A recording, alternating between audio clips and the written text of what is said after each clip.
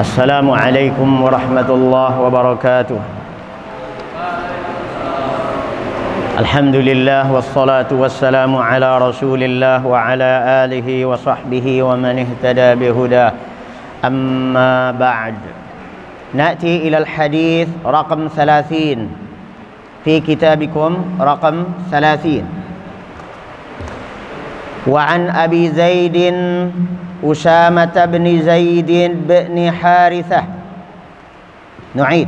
Wa an Abi Zaidin Usamah bin Zaid bin Harithah maula Rasulillah sallallahu alaihi wasallam wa hibbihi wa ibn hibbihi radhiyallahu anhuma qala arsalat bintun nabiyyi sallallahu alaihi wasallam inna ibni qad ihtudira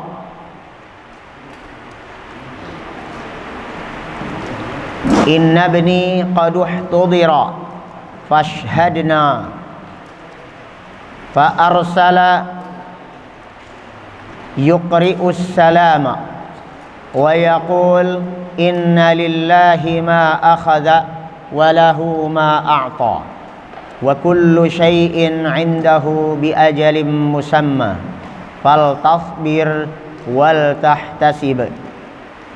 Fa arsalat ilaihi tuqsimu alaihi la ya'tiyannaha faqama wa ma'ahu Sa'd bin Ubadah wa Mu'adh bin Jabal wa Ubay bin Ka'ab wa Zaid bin Thabit wa rijalun radhiyallahu anhum.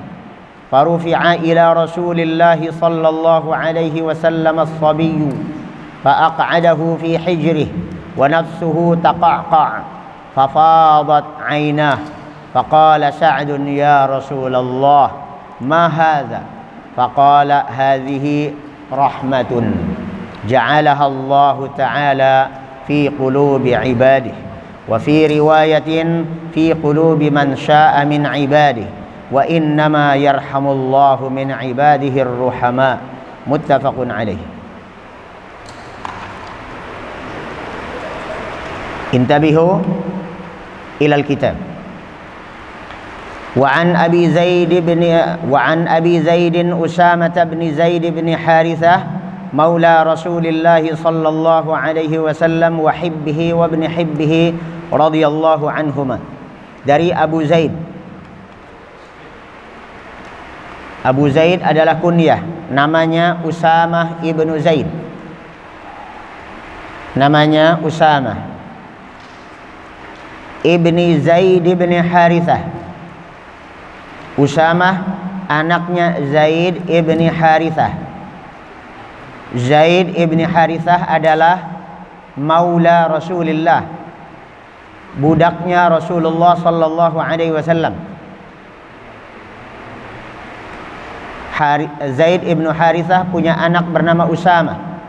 Usamah ibnu Zaid ini yang memimpin perang yang sangat terkenal menjelang wafatnya Rasulullah sallallahu alaihi wasallam. Dan umurnya masih 18 tahun.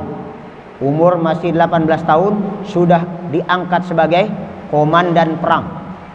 Perhatikan betapa pendidikan Rasulullah sallallahu alaihi wasallam dan pembinaan beliau terhadap anak remaja begitu hebatnya, sampai hasilnya adalah umur 18 tahun sudah mampu menjadi komandan perang.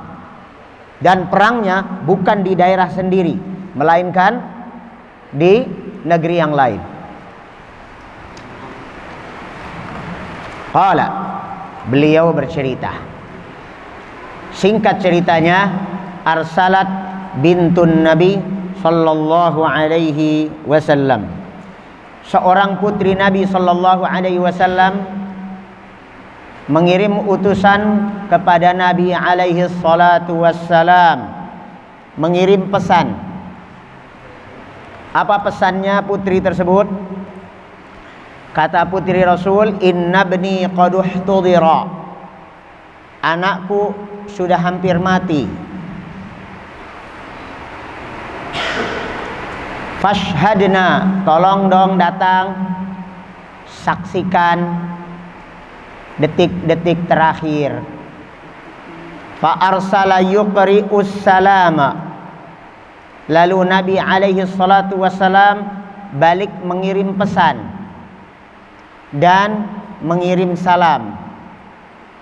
Wa yaqul, dan dalam pesannya beliau mengatakan, inna lillahi ma akhadha. Allah berhak untuk mengambil miliknya. Allah berhak mengambil miliknya. Inna lillahi ma akhadha. Sesungguhnya Allah mengambil miliknya. Hanya miliknya lah apa yang diambilnya. Jadi Allah ketika mematikan seorang hamba, bukan mematikan milik siapa-siapa, itu milik Allah. Makanya kita katakan inna lillah wa inna ilaihi raji'un. Walahu ma a'ta. Dan apa yang diberikannya hanya miliknya. Kita ini diberi anak atau tidak diberi anak, punya orang tua atau tidak punya orang tua, punya harta atau tidak punya harta, terserah Allah. Allah yang punya. Jadi kalau kita punya sesuatu, sesungguhnya sesuatu yang kita miliki adalah milik Allah. Kita punya bapak dan ibu. Kenapa? Karena Allah memberikannya kepada kita. Kalau Allah mau, Allah ambil bapak dan ibu kita dari kita. Kita sudah punya rumah tangga, punya anak. Anaknya diwafatkan oleh Allah Azza wa Jalla. Itu hak Allah. Kenapa? Itu anak milik Allah. Inna lillahi ma akhadha walahu ma a'ta. Kalimat ini anak-anak sekalian patut diucapkan ketika kita mendengar berita duka musibah kematian. Inna lillahi ma akhadha walahu ma a'ta. Inna lillahi ma akhadha walahu ma a'ta. Wa kullu syai'in 'indahu bi ajalin musamma. Ini masih pesan Nabi kepada putrinya. Wa kullu syai'in, dan segala sesuatu, 'indahu, di sisi Allah, bi ajalin musamma, memiliki tempo.